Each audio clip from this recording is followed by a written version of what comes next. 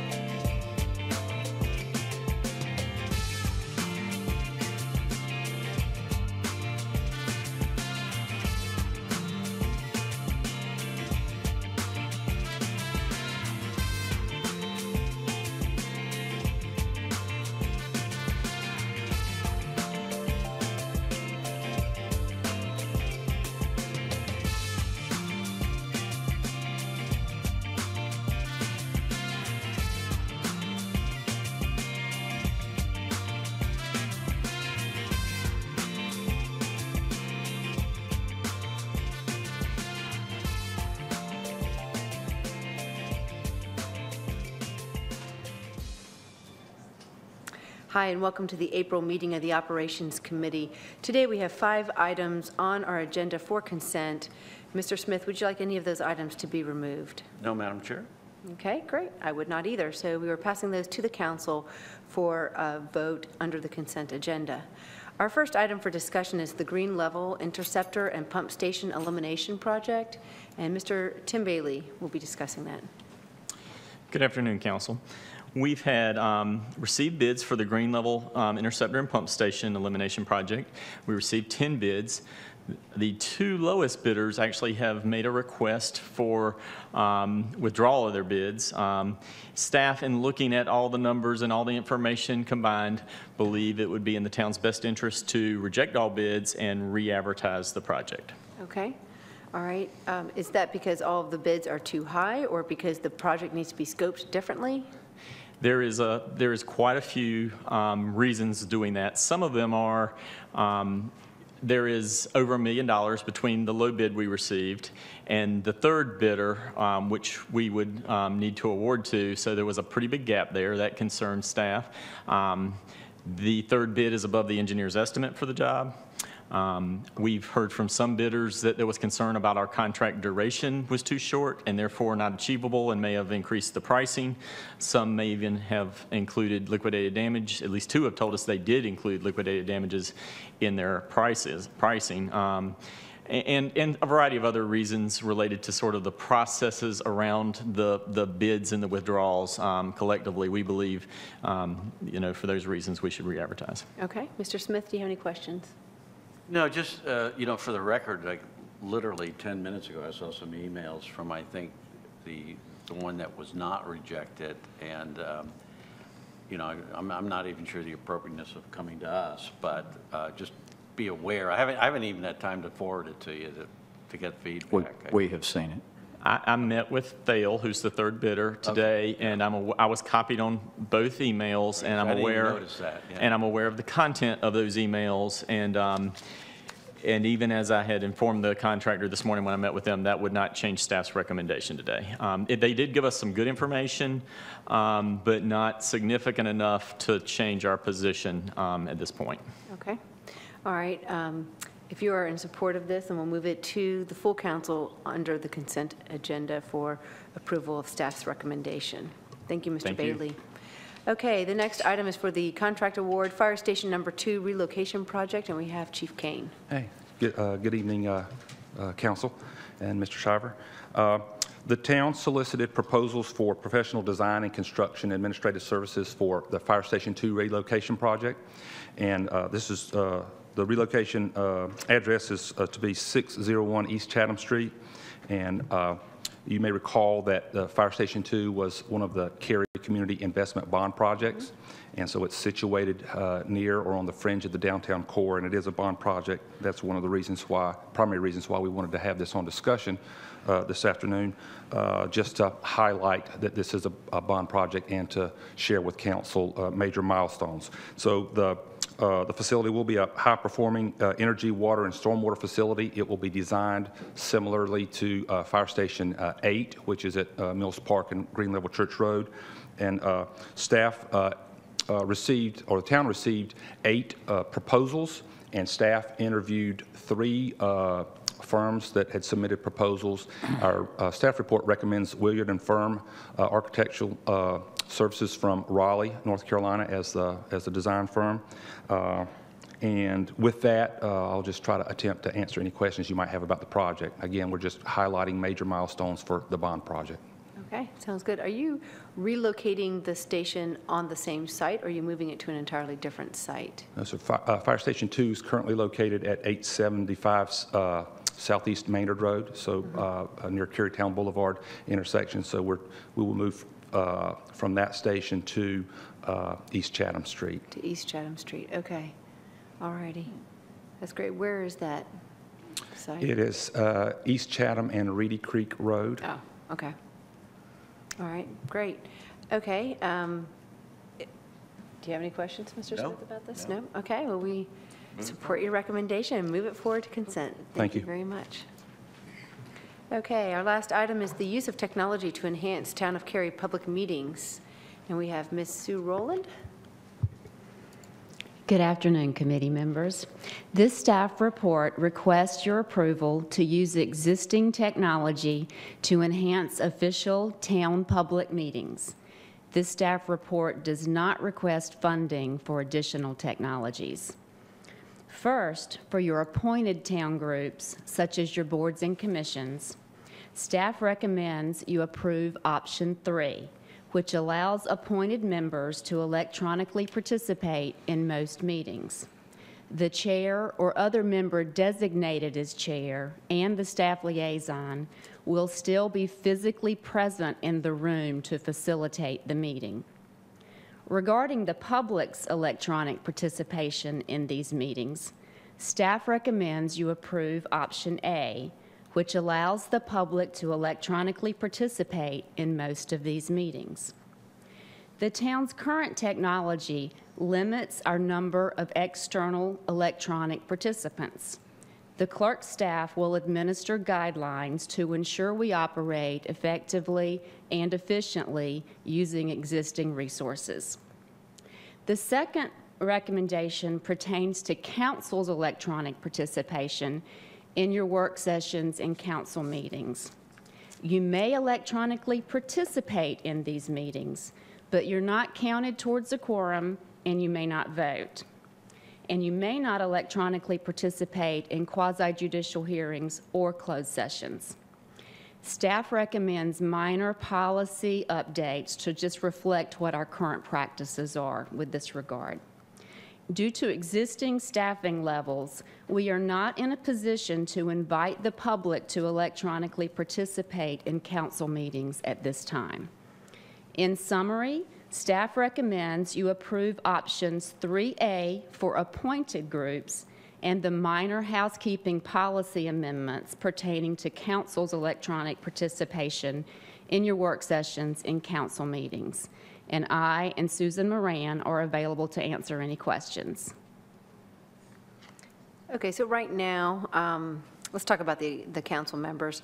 Right now, a council member may phone in, participate in the meeting, but does not vote. That's true. And does not count towards the quorum. True. So this is basically the same, only we're allowing another type of electronic device. This is really just a policy update to reflect our current practice. Oh, got it. So Okay. it kind of legitimizes what we're doing. Okay. Okay. I support that. That's where I was confused, yeah. While we Okay. were amending the policy anyway. Okay, all right, so that one is an easy one, because we're doing it already. It seems to work for us. We're all comfortable with the fact that the person is not voting, so that's fine. Okay, so the other one, it has to do with our board members. Would this be, what kind of electronic device would they be using to come in? Is it just a phone, or is it phone, Currently, computer? it's just a phone, and it's, I'm going to call it a conference center, and it allows up to 20 external callers. So they're the parameters that we're currently working within. Okay. I have mixed feelings about this, because I think it's important when people who sign up for a board that they participate. We have a limited number of board meetings. It's not like we have a ton of board meetings. The council members do their best to try to be here for all things. When we have, I don't know how many meetings. Can you make a stab at how many meetings we have a year? Oh, let's say 30 Okay. with council meetings and work sessions. Okay, all right. I mean, I'd say it's easily 30, if not more. And it's rare for one of us to phone in. I'm a little bit concerned about having us set the policy that up to 20 people can phone in. One, because we're not asking people to come in that often. We are asking that they make a commitment to attending these meetings. And I find some of those phone, like when you have a phone conference call, I find it to be a little bit difficult for everyone to digest the information being given and weigh in accordingly. Mr. Smith, what do you think about this? Well, I think you bring up a good point. I was kind of stuck on the, trying to find that balance between trying to get the public involved. If I'm understanding this right, we're talking about at a board meeting or commission meeting, right? Commission or board meeting, we're saying that if the general public wants to phone in, we can handle up to 20 people. And I guess, it's kind of a rhetorical question, but I'm not sure what benefit that serves at a board level. That's what I'm a little bit struggling with. I can see where we have a lot of volunteers, we have a lot, just like on council, people have jobs, they work, they want to stay involved. So I think it's good that the board members have the ability to call in. I just think that's good. They can listen, they don't fall behind. I don't think at the board level we reach any real voting except maybe with P&Z, correct? All except for the Zoning Board of Adjustment make recommendations, and we okay. would not allow Make this it- for the yeah. Zoning Board of Adjustment anyway. Right, Or right. the P&Z regular meetings. Without putting you on the spot, I guess, where do we come up with such a large number of 20? What was? That's just our capacity. That's what the capacity is right now with the current system. Oh, so you were just tailoring it to the capacity? Yes, sir. Why is the staff's recommendation that we don't have anyone give advance notice? That would put additional burden on the staffing resources to take those phone calls and set it up possibly with just a few days in advance, rather than being proactive and preparing for it and not worrying about who's participating and who's not. Okay. But there are options outlined for your Right, I consideration. saw that an option too. I don't want to put any additional burden whatsoever on our staff to make this happen. I kind of feel like it's unnecessary in general. We have so many volunteers, people who volunteer to serve on these boards. I would like to think that the people who volunteer have the capacity to make it here for most of the meetings. I mean, usually they're not asked to attend more than 12 meetings a year. And I think the other thing is the general public is invited to all meetings. So if someone, what are really the odds that you have such a situation at a commission level or board level that you're going to have 20 people out of town? I don't want to do it for the convenience of someone in town. I think the opportunity to, that the meetings are open to the public and that the chair can manage that, I think that's fine. If you want to kind of find some kind of a middle ground, maybe have 3 to 5, but actually, the more I think about it, I'm not sure that's a value add. The problem is what, in reality, what's going to happen is that we're not going to know who's attending the meeting, and there'll be the first 10 minutes of every meeting spent saying, do we have a quorum? Do we have a quorum? Who's on the phone? Do we have enough now? You know, it just seems like it's going to be kind of a little bit disorganized and a little bit disruptive to the business. I would say if we cap it and say any board member can attend one meeting a year via electronic device, and after that, they have to reapply for, you know, they can have their absences and they can attend one meeting a year via electronic device, and if they exceed that, they have to reapply to the board, just like our policy is right now. That would limit the number of people doing this. I think that also, if we limit that, then it's not too much of a staff burden to be able to take a phone call that says, I'll be calling in, and it's my responsibility to call in, so that the board knows whether they're going to have a quorum or not. So, I don't know, what do you think? I think it's a decent idea. I mean, I welcome any feedback from the staff or anybody else who's working on it, but, you know, I think there's a lot of merit to that. We count on the boards, you know, the council that uses it, but it's rare. It's when it's truly a working hardship, and a lot of times, you know, it's critical at the council level so that people stay in the loop. And that's not to diminish that at the local level, but at that level, folks know the assignments, they know the times and everything else. I think having some parameters of like that one time a year, I think is fine, because if somebody is missing all the time, then they're probably not. That's probably not a good board for them to be on for their level of commitment. So I think we're leaning towards option 2 then. That's what it sounds like. Yeah. Kind of like that suggestion. Yeah. Put in I would say that we make a recommendation. It sounds like the whole council needs to discuss this then, but a recommendation from the two of us that board members are allowed to participate electronically for up to one meeting a year, and should they exceed that and have their absences, then they have to reapply to the board, just like they would for the regular absences, and that they need to notify the staff 2 business days in advance. That gives the staff member a chance to send a quick email saying, just to let you know, so-and-so's will be calling in, something like that. I think if we cap it, it won't be that much of a burden to staff, and I think it'll keep an organized manner to our meetings, so. Okay, so the board member participating electronically would be counted towards a quorum and be part of any recommendations that the committee puts forth. I'm okay with that, although my preference is just to keep it consistent with what the council practice is. If the council practice is you're calling electronically, your vote doesn't count, then I don't think your vote counts if you're a board member. I think that would also discourage people from just calling in too. If they know they have something coming on the agenda that they care about and their vote would not matter, then they would think twice about whether they, you know, dial in electronically or not. What do you think? Yeah, I'm okay with that. Okay. That's fine. Okay, and as far as the public participation electronically, I think I've heard that you're not interested in opening up to that. I don't think it's going to be worth the Okay. effort. I mean, it's so easy to come down to town hall. I don't see there being real impediments. You know, if we're missing something and there's some kind of an outcry, we can revisit it. Yeah. But I just don't see it at this point in time, and I think we have to have, you know, balance, you know, the staff needs and everything else too. And the fact is that most people that have an interest come to the meetings. It isn't like it's so compelling that if they're out of town, they have to call in. Okay. So I would say let's not, unless we get different feedback. Okay. Yeah. Which might come at the council meeting. It might, sure. When other people talk, but I think that this is probably a sane approach to electronic meetings. Okay, thank you very much. Great, thank you.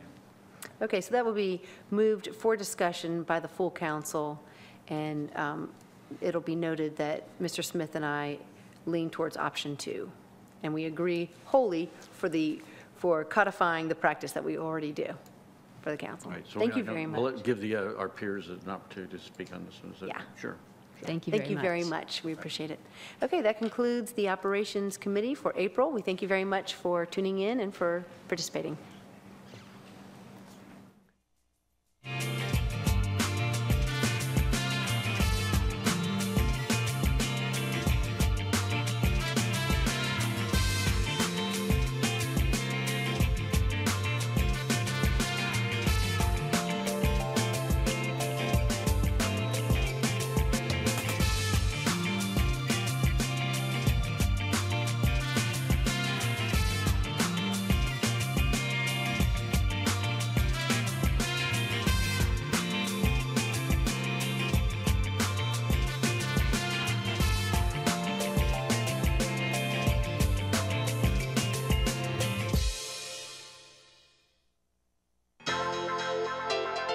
This has been a production of Cary TV.